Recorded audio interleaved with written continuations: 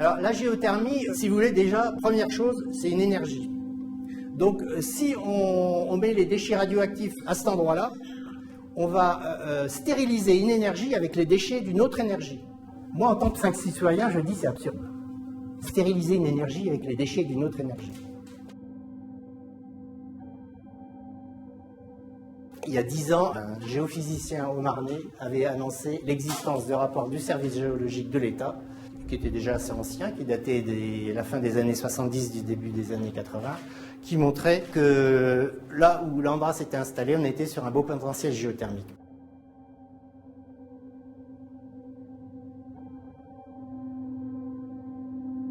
Donc l'histoire est très ancienne puisque l'Andra s'était installée en 1994.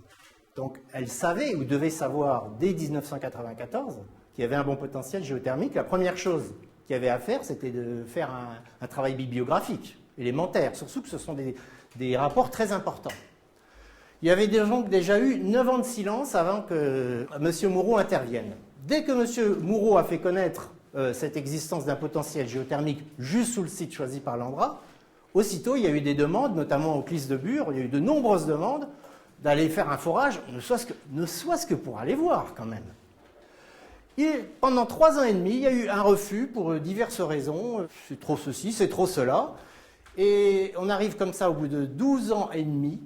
Et là, il y a une loi qui passe, la loi Biro-Bataille du 28 juin 2006, qui impose le site de Bure. C'est-à-dire qu'elle a retiré le S au laboratoire, cette loi. Et dans l'article suivant, elle écrit que le site choisi devra avoir fait l'objet d'un laboratoire. Donc c'est Bure, Bure, Bure et que Bure. Pour aller contre une loi, il faut une autre loi, donc l'Andra était tranquille. Alors, aussitôt que la loi est passée, 3 mois après, la directrice de l'Andra annonce qu'ils vont faire ce forage qu'ils ont refusé de faire pendant 3 ans et demi. Elle annonce qu'ils vont le faire, mais quand même, ils ne le feront finalement que 2 ans plus tard. Donc le temps continue à passer. Et finalement, le forage sera fait en 2008, ce qui nous amène à aujourd'hui, parce que nous, on a encore eu une paire d'années pour avoir les rapports, pour découvrir ce qu'on présente aujourd'hui, ce qui est une malfaçon technique et une tromperie dans la présentation des données. En 90, Christian Bataille avait fait un grand rapport pour débloquer la situation, le blocage sur les déchets nucléaires suite à l'abandon des 4 sites précédents. Et dans ce rapport de 1990, il a publié une carte que personne n'avait jamais vue, qui était une carte du BRGM, le service géologique de l'État, qui montrait les endroits en France où on peut enfouir. Enfin, enfouir, disons, on va appeler ça l'évacuation géologique. Cette carte a été publiée par M. Bataille en 1990 et en 1993, M. Bataille, avec l'Andra, a choisi 3 sites, dont un seul est en zone potentiellement favorable. En 1999, on nous dit que seul le site Meuse-Haute-Marne est bon. Tiens, curieux. Il y en a qui le savaient avant. 9 ans de silence, rien sur le potentiel géothermique de l'endroit, jusqu'à l'arrivée de M. Moureau, qui nous rapporte les rapports du service géologique de l'État. Il y a eu plusieurs rapports, il y en a eu de 76 à 83. Voilà un des plus pertinents qui est sur le côté Champagne-Ardenne. Ça, c'est vieux de 10 ans, il n'y a rien de nouveau. Ça a été montré il y a 10 ans exactement, en décembre 2002. Alors, pour petit rappel, cet aquifère, ce sont des grès, c'est-à-dire des sables un peu durcis. Les sables, à l'époque, c'était comme aujourd'hui, ils arrivaient par des vallées, tout ça. Ils arrivaient par une grande vallée qui venait à peu près du Morvan actuel, et après, ça allait s'étaler sur toute la Lorraine. C'est pour ça que l'aquifère en question fait cette forme en direction sud-ouest, nord-est. Donc c'est une vallée, si vous voulez, c'est un V, et l'endroit où il y a le plus de profondeur est en plein centre de la vallée. Et les quelques forages géologiques, même pétroliers, que l'on avait dans les environs, montraient que quand on était en plein centre de ce couloir d'apport des sables, la porosité était bonne. Donc avec les données qu'ils avaient, ils pouvaient déduire que, point de vue géothermie, ça ne serait pas trop mal là où c'est gris clair, mais ce n'était pas sûr. Donc ils avaient mis moyenne productivité incertaine. C'est-à-dire, c'était pas sûr. Mais là, vu qu'on arrivait à une bonne profondeur et qu'on était en plein dans l'axe, ils disaient là, c'est pas possible, ça peut être que bon. Donc, et ça, ce sont des cartes très importantes, elles servaient de décision pour faire des forages géothermiques. Donc, c'est pas de la rigolade, c'était du sérieux. C'était pour éventuellement engager des frais pour faire des forages. C'était vraiment une expertise du service géologique de l'État. Ils ont mis là, bonne productivité, pour toutes ces raisons de raisonnement géologique, assez simple. Et vous voyez que Stigéo est en plein dedans. Le village de Bure doit être quelque part par là, le forage E433 doit être quelque part par là, c'est en plein dedans. Tout de même assez étonnant. Donc, évidemment, demande au CLIS de faire un forage, ne serait-ce que pour aller voir. Alors voilà, ça ne vaut même pas le coup de les commenter, les excuses qu'on a eues pour ne pas faire de forage. C'est trop profond, alors qu'au même moment, le BRGM faisait une nouvelle expertise de géothermie pour aller jusqu'à 4000 mètres de profondeur. Alors que là, on est à moins de 2000 mètres.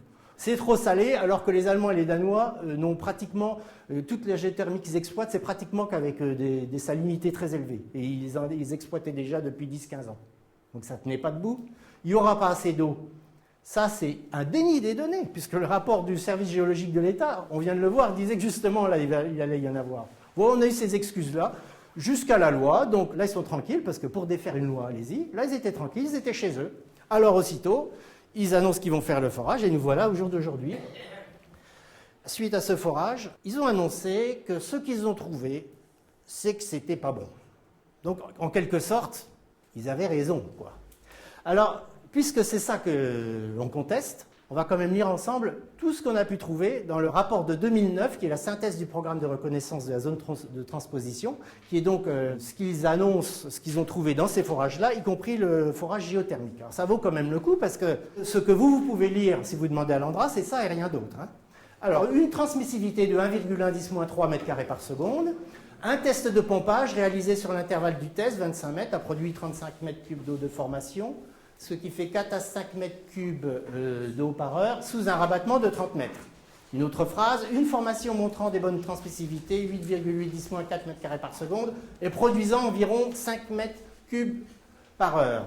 La production mesurée en test dans le S433, c'est le nom du forage, 5 m3 par heure, est nettement inférieure à la gamme des débits des exploitations géothermiques, 150 à 400 m3 par heure.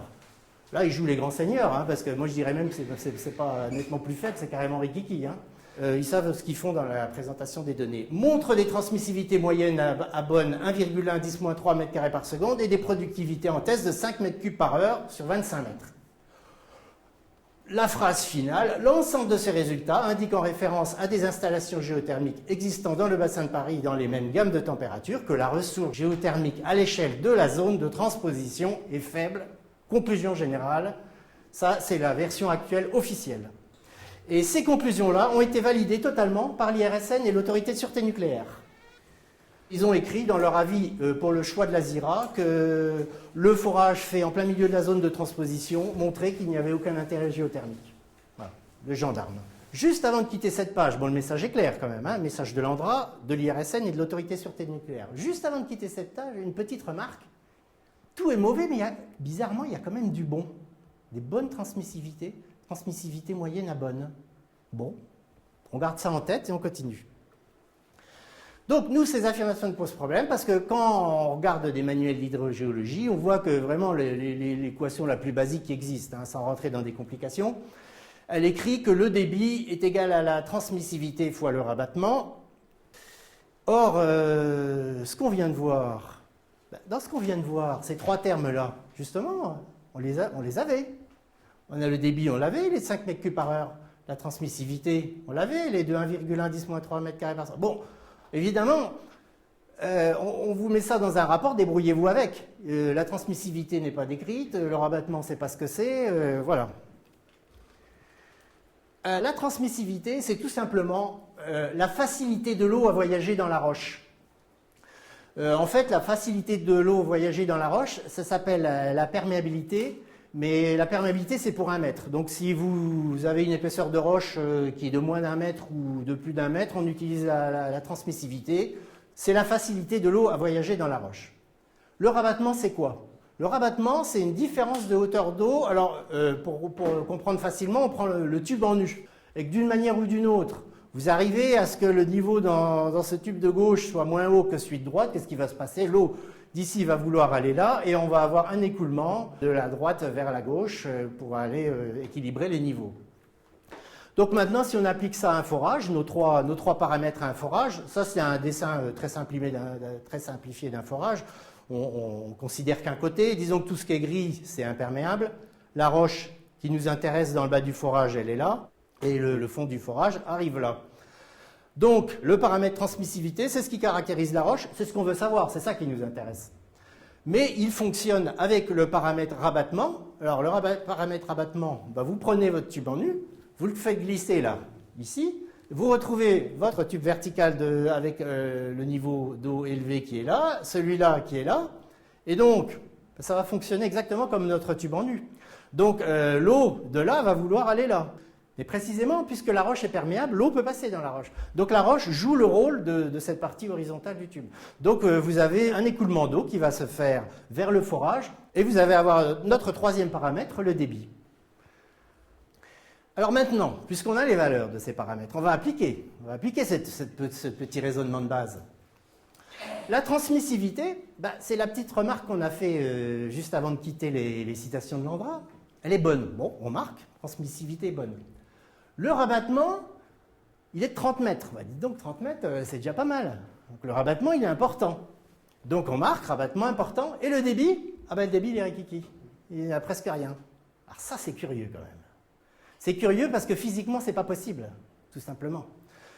Alors, vous voyez schématiquement, si vous voulez, ces flèches creuses signifient que si l'eau peut passer, elle peut passer vite. La transmissivité est bonne. Là, ça nous montre qu'il y a une forte pression qui pousse l'eau. Et là, il n'y aurait pas d'eau au bout. Bizarre.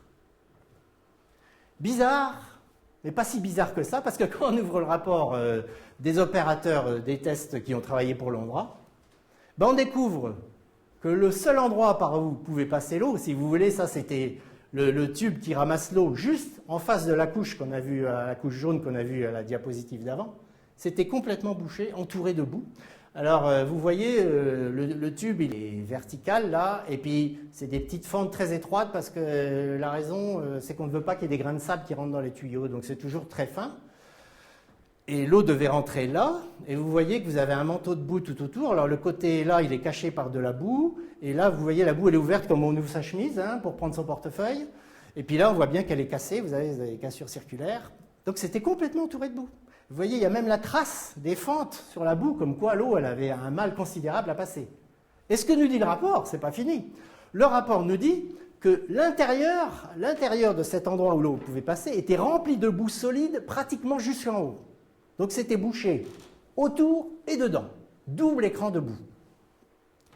Et ce rapport, oui, on peut préciser, était en anglais hyper technique, donc tout le monde ne pouvait pas voir la chose d'un simple coup d'œil. D'autant plus que la légende de la photo est en français. La seule chose qui est en français dans ce rapport des opérateurs, c'est les légendes des photos où on voit que c'est bouché, et c'est le titre. Tout le reste, c'est en anglais. En anglais très très très technique. Ce qu'on découvre aussi en voyant tout le développement du test, c'est que Landrat a fait injecter de la boue à l'intérieur du tube. Et ce qui explique pourquoi, après, on nous dit que quand on a relevé les tuyaux, parce que la photo, on a pu la prendre quand on a tout relevé l'appareil, ce qui explique pourquoi, quand on a relevé l'appareil, on a vu qu'il y avait de la boue presque jusqu'en haut. Et puis, si vous lisez le rapport, sans arrêt, ils arrêtent de dire qu'on ne peut pas, parce qu'il y a eu plusieurs tests, mais le premier n'est pas du tout interprétable. C'était tellement bouché, la pompe n'arrivait même plus à rien tirer. Alors, c'est écrit au moins 10, 20, 30 fois qu'on ne peut pas interpréter, que c'est bouché. Alors, ils se posent la question, c'est bouché où? Est-ce que c'est bouché là? Est-ce que c'est bouché au niveau de la pompe, etc. C'est vraiment, c'est dit sans arrêt dans le rapport. Alors, juste pour expliquer où on se trouvait, là, vous avez un forage, dans un premier temps, vous faites le trou avec un trépan. Quand vous faites un forage, vous envoyez toujours de la boue pour lubrifier le trépan et puis aussi pour remonter tous les débris, puisque quand vous creusez, il y a des débris, il faut retirer le volume. Et donc on utilise de la boue qui, si on utilisait de l'eau pure, on aurait du mal à remonter les débris. Et en plus, la boue, justement, elle sert aussi à éviter que si une roche est perméable, elle fait un manteau, elle sert à ce qu'on n'ait pas trop de perte d'eau pendant le forage dans la roche, étant donné que pendant un forage, la pression est plus forte dans le forage que dans la formation en général. Donc, après, quand le forage est fini, on va enfiler dans le forage cet appareil-là, qui est l'appareil pour les tests hydrauliques. Donc, c'est un petit tuyau assez fin, de 6 cm de diamètre. Vers le haut, il y a une petite pompe qui est insérée. Et le bas se termine par un obturateur. Et 25 mètres plus haut, il y a un obturateur. Alors, vous voyez, on a à peu près 1900 mètres de profondeur. L'écart entre les deux obturateurs est de 25 mètres. Alors les obturateurs, c'est quoi? C'est des espèces de chambres à air qui sont autour du tuyau et qu'on peut gonfler indépendamment à partir du haut parce qu'on a des petits tubes pour les gonfler ou pas. Quand vous avez fini votre forage, vous enfilez cet appareil de test, vous gonflez l'obturateur du bas. Et pour nettoyer, vous avez donc un endroit où l'eau peut passer, autrement il n'y aurait pas de test. Cet endroit où l'eau peut passer, en fait, il est en bas, il est près de l'obturateur inférieur et il n'était haut que de 1,5 m dans ce forage-là. Bon. Donc, si vous envoyez de l'eau propre dans le tube central, ça fait un peu comme pendant le forage, mais vous allez tout nettoyer parce qu'elle va remonter, parce que vous ne gonflez pas l'obturateur du dessus, vous le laissez dégonfler. L'eau, elle va sortir ici à la crépine, celle qu'on vient de voir en photo, dans le cas où elle n'est pas bouchée, et elle va pousser la boue vers le haut. Et quand vous avez injecté, je ne sais pas, 10 mètres cubes, en gros, vous savez que toute cette zone-là doit être dégagée. Et à ce moment-là, vous gonflez l'obturateur supérieur et vous êtes dans des conditions de travail excellentes pour avoir un échange avec la roche en eau claire. Voilà, c'est juste pour expliquer comment ça se passe. Et que c'est comme ça qu'il faut faire, tout le monde le sait bien. Parce que voilà un extrait d'une publication du directeur scientifique de Bure au moment où ce forage a été fait. Il s'appelle M. Jacques Delay. Dans une revue française, Hydrogéologie, ça a été publié en 1994, mais vous savez, quand vous publiez dans une revue, ça prend toujours un peu de temps. Donc en fait, c'est quelque chose qu'il a écrit avant d'arriver à Bure. Donc voilà ce qu'il dit lui-même avant même d'arriver à Bure. Voilà comment on fait. Alors il explique pourquoi on met de la boue quand on fait un forage. Alors il explique que ça a des inconvénients, ça fait un effet de peau. Alors la peau, c'est ce manteau de boue qu'on vient de voir. Ça s'appelle skin en anglais, le skin effect des pétroliers, qui masque en partie les caractéristiques hydrauliques vraies du terrain. Ils le disent. On ne pourra pas voir le débit si on a de la boue. Ils le disent. La destruction du cake, c'est toujours le même nom de ce manteau de boue qu'on a autour de la crépine, avant les tests est donc impérative. À la colonne d'après, avant chaque série de tests, on réalise le nettoyage de l'ouvrage, exactement comme je viens de vous dire. On gonfle l'obturateur du bas, mais pas celui du haut. On envoie de l'eau claire et on nettoie tout. L'opération consiste à remplacer le fluide chargé de boue et de cutting. Alors les cuttings, c'est les débris, par de l'eau. Lorsque la boue est à base de polymère, c'était le cas, c'était une boue à base de polymère gélatineuse, le cake est facilement dégradé, il nous dit que c'est facile à faire, et il peut se dérouler dans des conditions idéales.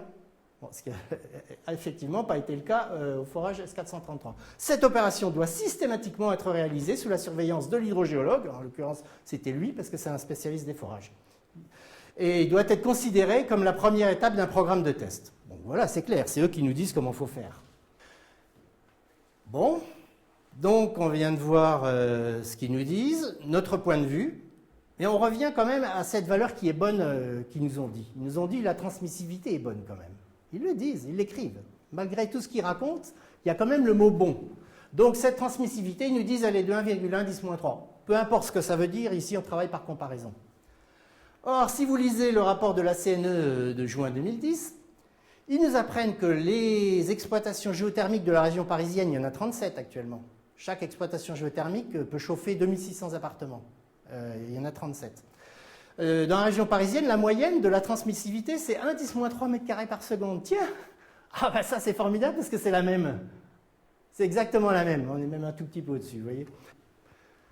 En plus, dans ce rapport dont on a vu les extraits, ils expliquent aussi que ce test-là, puisque je vous ai dit que le test 1 n'a pas pu être interprété tellement c'était bouché, donc ce test 2, où on arrive à tirer une valeur, a été réalisé dans une zone homogène de 44 mètres, ça c'est écrit dans la synthèse de Landra, donc on reprend ce qu'ils ont mis.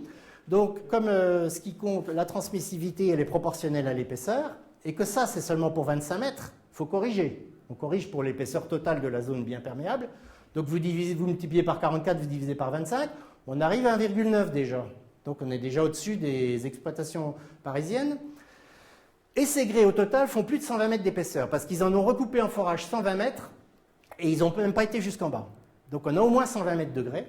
Donc encore 76 mètres, mais il y a des indices, ça s'appelle les diagraphies de forage, qui semblent dire que ce serait un peu moins perméable. Mais c'est quand même perméable, il y a de l'eau, ça c'est certain. Ce serait un peu moins perméable, mais comme c'est beaucoup plus épais, et que la transmissivité c'est égal à la perméabilité fois l'épaisseur. Si la perméabilité est un peu plus basse, mais l'épaisseur un peu plus haut, vous allez retomber à peu près sur une valeur à la louche, hein, c'est à la louche.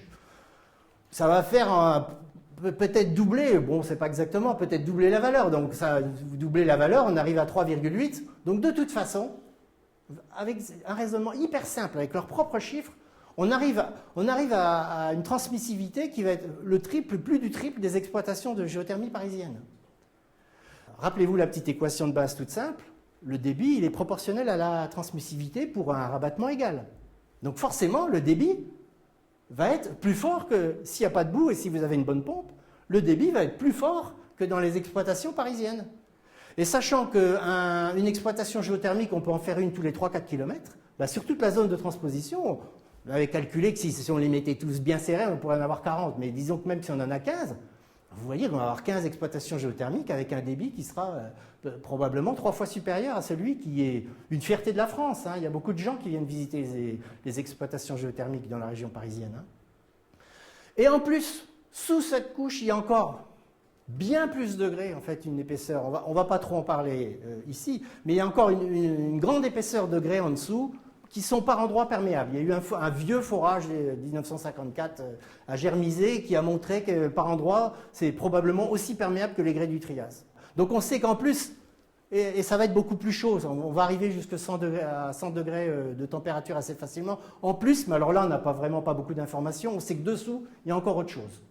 Donc, si les exploitations de la géothermie parisienne, qui font la fierté de la France, on dit qu'elles sont bonnes, eh bien, le site de Bure, on ne peut dire qu'il est très bon ou excellent. Voilà la conclusion.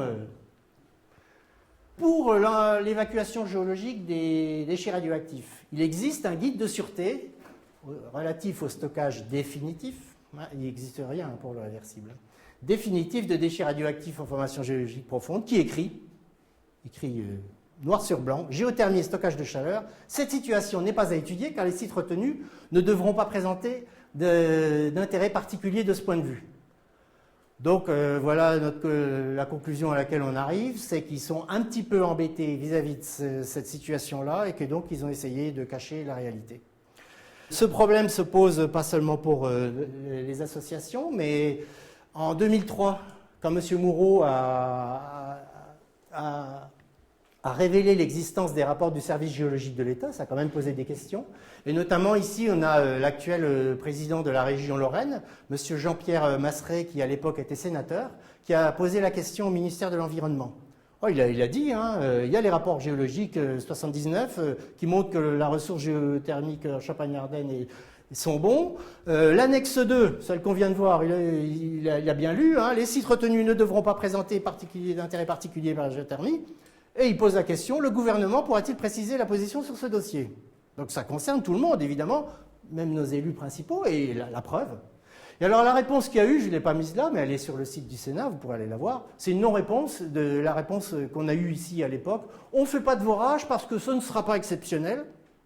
Alors, le ministère de l'Environnement qui dit que ce ne sera pas exceptionnel, mais qui ne demande pas à ce qu'on vérifie que ce ne soit pas exceptionnel, c'est un peu étonnant quand même.